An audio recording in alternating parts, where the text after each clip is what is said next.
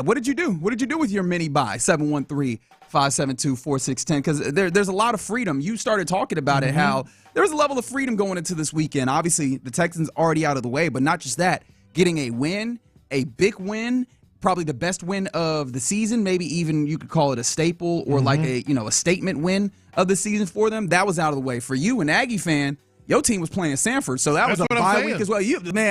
What did you do with yourself? How did you enjoy yourself? What did you get into? That's what I'm saying. No pressure on the Texans. Realistically, no pressure on the Aggies. They got to 11-0, which, by the way, 11-0, man. Congratulations, man. That's dope. Setting up a pretty big weekend, though. Pretty big weekend. We'll get to that as we move forward, of course. Are they playing Friday or are they playing Saturday? Friday, 7:30 at night. Not that I've already marked that on my calendar, so to speak. And then you're watching the NFL games, you're more just like curious. Yeah. Because we kept going back and forth.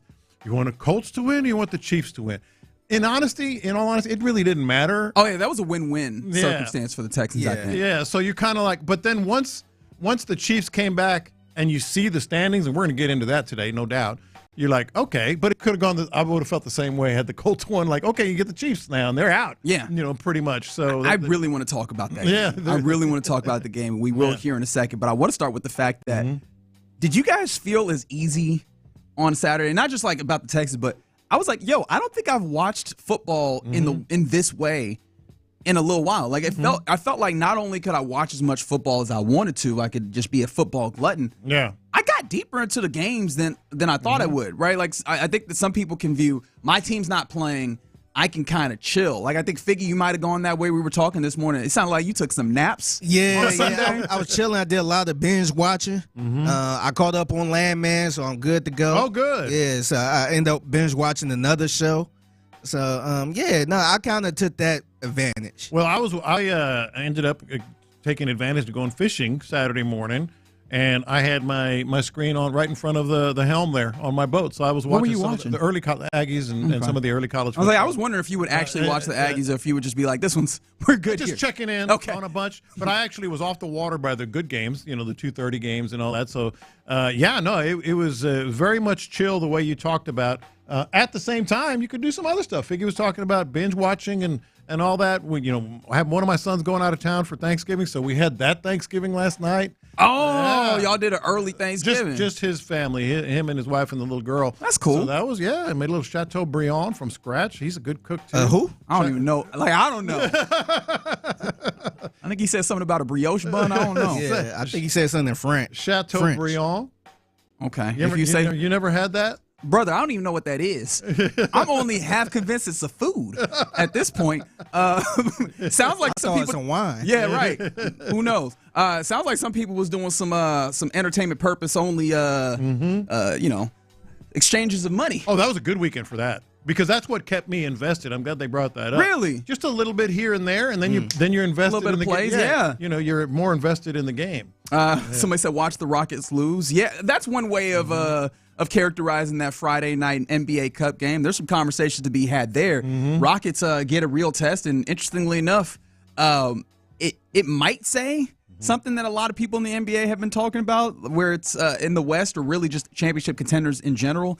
It is two teams in the Thunder and then in the Nuggets, and then everybody else is on the outside looking in. The Rockets probably the next of that. That might have been a takeaway from that game on Friday. We were texting about it Friday night as we're watching this game, you here and me down in Aransas Pass. And oh, that's where you were? Yeah, because I was fishing the next morning. And, gotcha. And so we're watching it, and I'm watching it down there, and I think I texted you. They're just like if you have a dial and you're clicking it's a click dial, and you click, click, click. Sorry.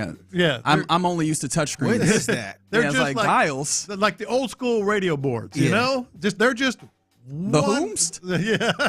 He's like when I used to call people, used to use the rotary. Yes. They're just one click behind those two teams. I think just one click. They're almost there, but how do you get there?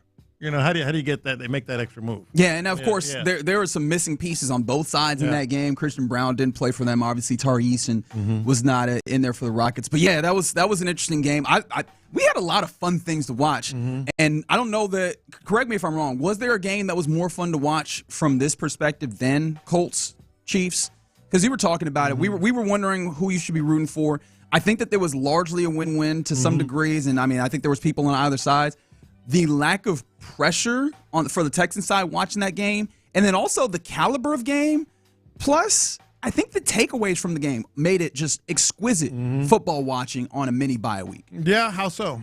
All right, so first and foremost, and we could dig into this. We will talk more about this as we'll go around the AFC South in the next segment, or we could talk about some of the fallout, but that Colts offense is not the same Colts offense that we were seeing to start the year. And I think that some people were kind of cautioning folks looking at that team and being like, look, that team ain't as good as you were purporting it to be. That is a Colts offense that only threw for 100.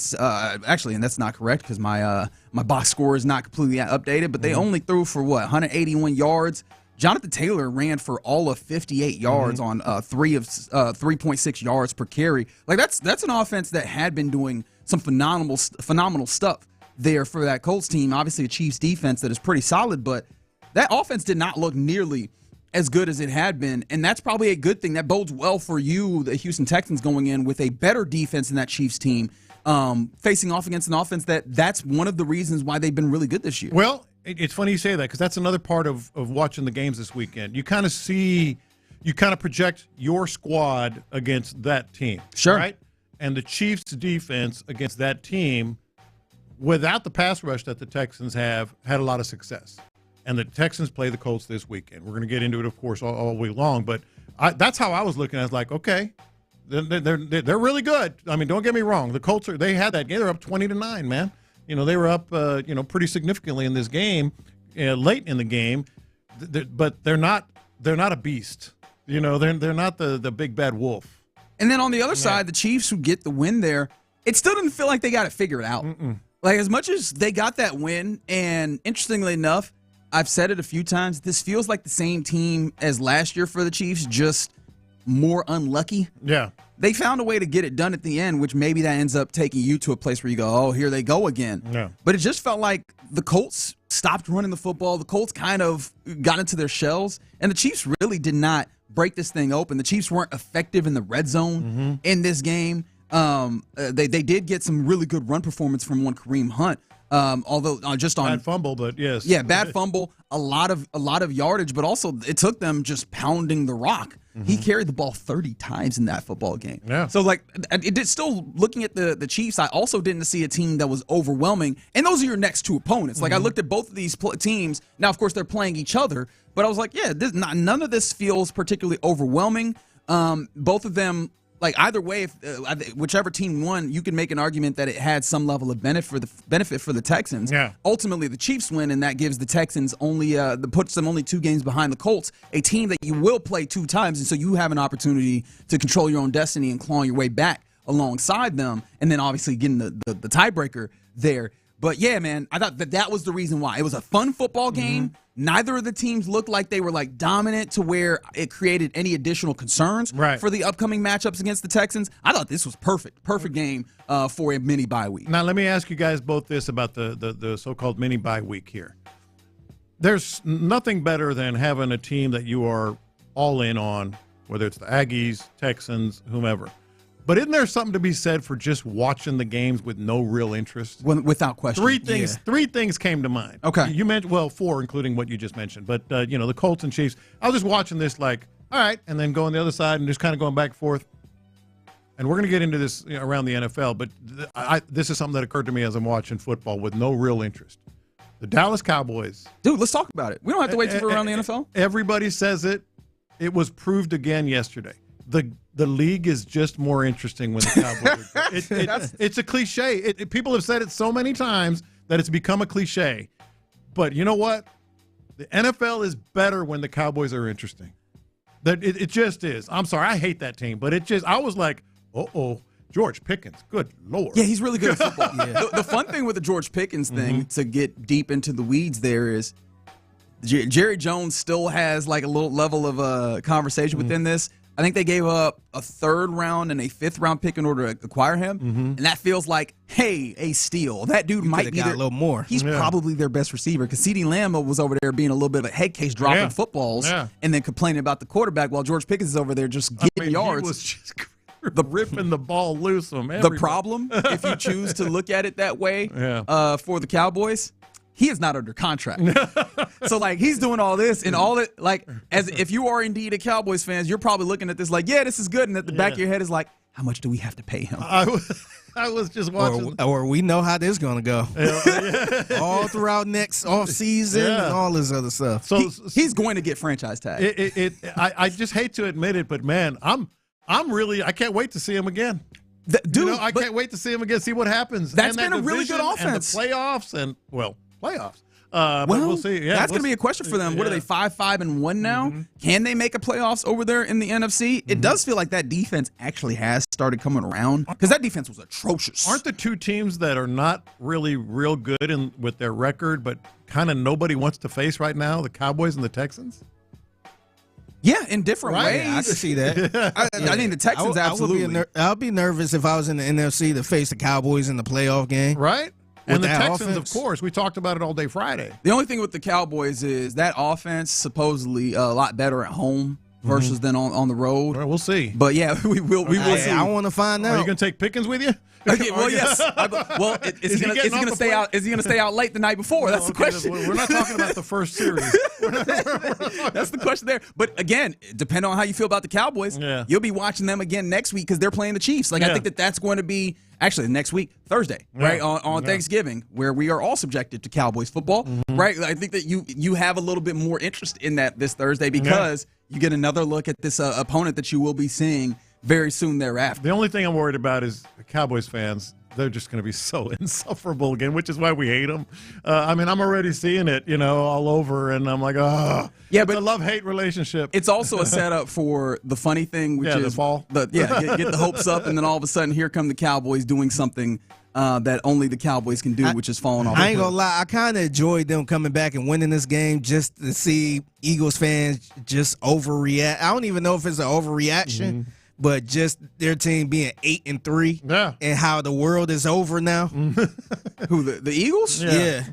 And the other, I don't know if it's an overreaction, man. Like they're in the locker room. Is it over at this point? It's not over. It's not over, but that Eagles team, like the offense is a capital P problem. Right. Like that offense is an issue. Saquon Barkley has had as many negative rushes as what's my man in Las Vegas, Ashton Genty. Yeah. Behind that terrible offense, like that has been it. They are in third and long all the time. Like they are trying to throw the football consistently in a way that they can't. What's going on with Hurts? They say it's his offense. I don't know what's going on there. Yeah, but shoot, they was winning in this game. I thought they were going to win this game. 21-0 and got walked down. Yeah. And then the other couple things that, again, just fun when you don't really have a root, and totally invested in a squad. I was hate watching J.J. McCarthy like a mofo, man. Oh, is that what you're doing? And love watching Jameis Winston. Like it's just that brother called a touchdown, man. And then he did the little Motown dance at the end, and so Jameis being Jameis. You said Jameis caught a touchdown.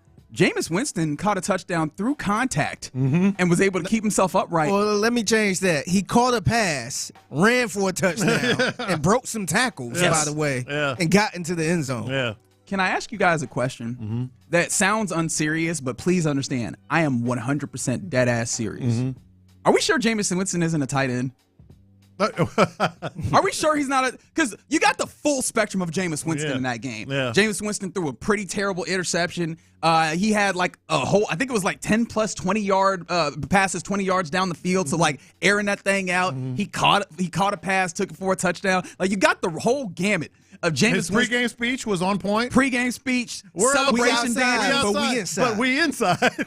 I'm like, I'm tired of seeing all the Taysom Hill. Can we get some Jameis Winston Swiss Army knife? I actually would want to see. I feel like he might be because he has health. Huh? Is he fast enough though? He showed it on that play. Not all tight ends are fast. No, but he was pretty quick down that sideline. Okay, he was picking up them feet. Yeah, okay, because I think about him scrambling all the time, and he ain't that fast scrambling. Watch the replay. He was. He was on that play. And then the last thing, please save Myles Garrett. Somebody, please save him.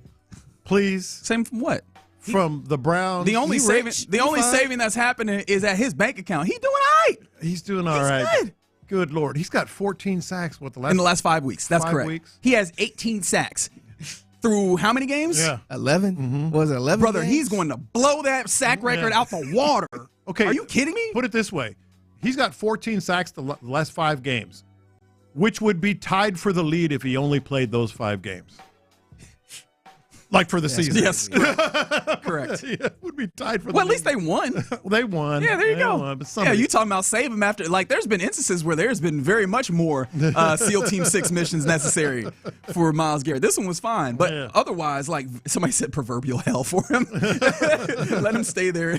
But yeah, what a fun weekend for the Texans to have already done their thing. A college football weekend that if you wanted to tap in, you could, and if you didn't, you're 100% fine. Like, I imagine that some people got some real good honeydew in on Saturday. Sunday, you got some entertaining football as well. And ultimately, it's still a happy reaction Monday because your Texans looking at the playoff race.